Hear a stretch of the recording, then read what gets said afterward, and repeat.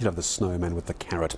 All right, let's go back to one of our big stories that's been an issue for the past few days. It's the attacks on trucks in our country. And just the most recent attack, 2 were set ablaze along the N2 highway in Empangeni on the KZN North Coast. The spate of attacks in the past few days not only costing the operators, but of course is going to raise security concerns for South Africa as a whole. Let's get the thoughts and views of the CEO of the Freight Road Association.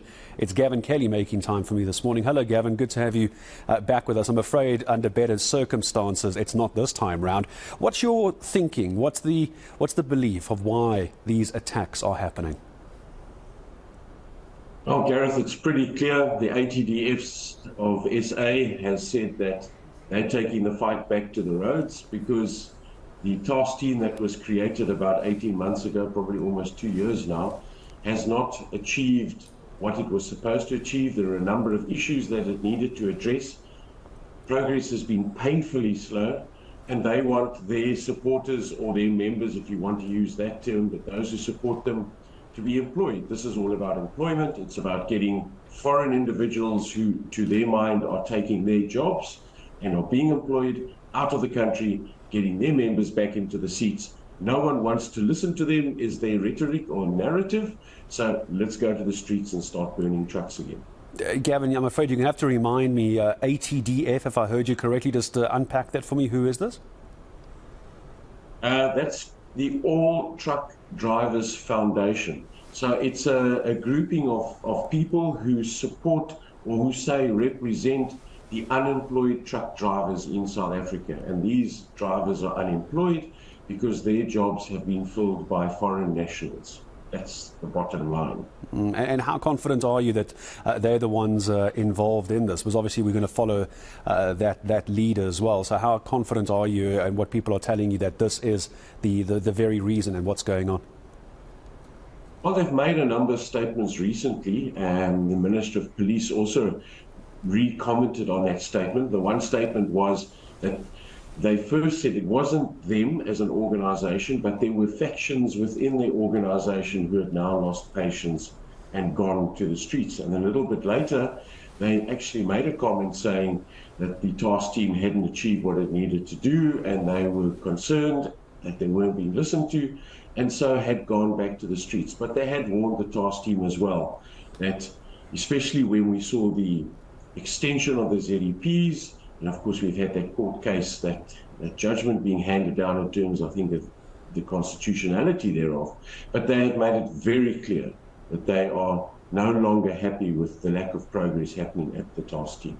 All right, let's talk logistics of how this impacts your industry and various other companies as well, because seeing reports that there are neighbouring countries potentially looking into providing better road transport and better road links between our neighbouring countries, in fact avoiding South Africa altogether. Gavin, what are you hearing about that? Could we be avoided as a transit on our roads? Well, Gareth, a lot of the freight that is moving on the roads in South Africa is regional freight and international freight. So not only for our own customers, our own manufacturing, our own consumption, but it also goes into the neighboring states. And over the last couple of years, I think we've got about 5 to 6 years of this now, the neighboring states and those businesses have said it's far safer to start moving those sorts of volumes and those sorts of commodities through other ports. So there are investors from both the United States and from China. There's some mines in Africa who are spending billions of dollars, not rands, billions of dollars, in upgrading the ports on the east and the western side of Africa. So Lobito in Angola, we have Maputo, we have Beira, we have Walvis Bay, or Walvis Bay, who are now being upgraded to take freight through these. Railway lines are being built to take freight from Namibia into the heart of Africa, from Mozambique, from Angola. Billions of dollars are being spent. And we have already seen the copper moving to those ports. We've seen drop in the turns and the tonnage coming through South Africa. So it's a reality. The gateway to Africa has been lost. And that is really going to be a huge dent on our economy and, of course, employment. Now, I want to talk about the economy and employment in a second, Gavin. Insurance, though, we know how much these transit companies and these logistics companies pay on insurance. I imagine that's, if not having gone up already, it's going to be going up quite soon. Would that be fair? That's correct, Gareth. We remember the riots back in July 21.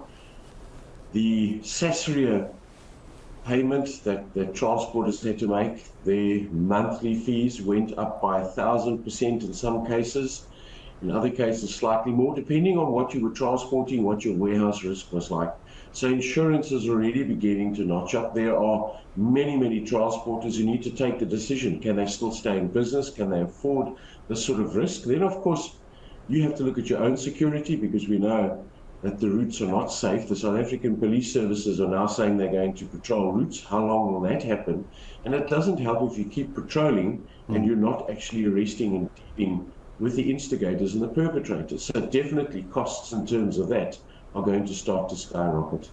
Gavin, I'm going to say goodbye to you in just a moment. Just zoom out for me, because you mentioned the economy. Are there numbers you can give me to help us understand the kind of damage being caused to the sector and to our economy as I say goodbye? Well, if you look at the trucks that get burnt, it's anything between 3 million to 7 million, depending on the combination or the types of vehicles in that combination and the load. So 7 trucks being burnt, worst case scenario, that's already 49 million rand, 50 million rand, just on the lost asset and the loads. We haven't spoken about the driver, we haven't spoken about the loss of contracts, the loss of confidence, and of course, all of those impacting costs that will then make the consumer have to pay more for those goods on the shelves. And it's also going to drive up the inflation, and we're going to see tighter and tighter monetary control. Gavin Kelly, I appreciate your time. One day we'll have a positive discussion about the freighting industry, but I'm afraid it won't be today. Gavin Kelly, CEO of the Freight Road Association. We're heading up very quickly.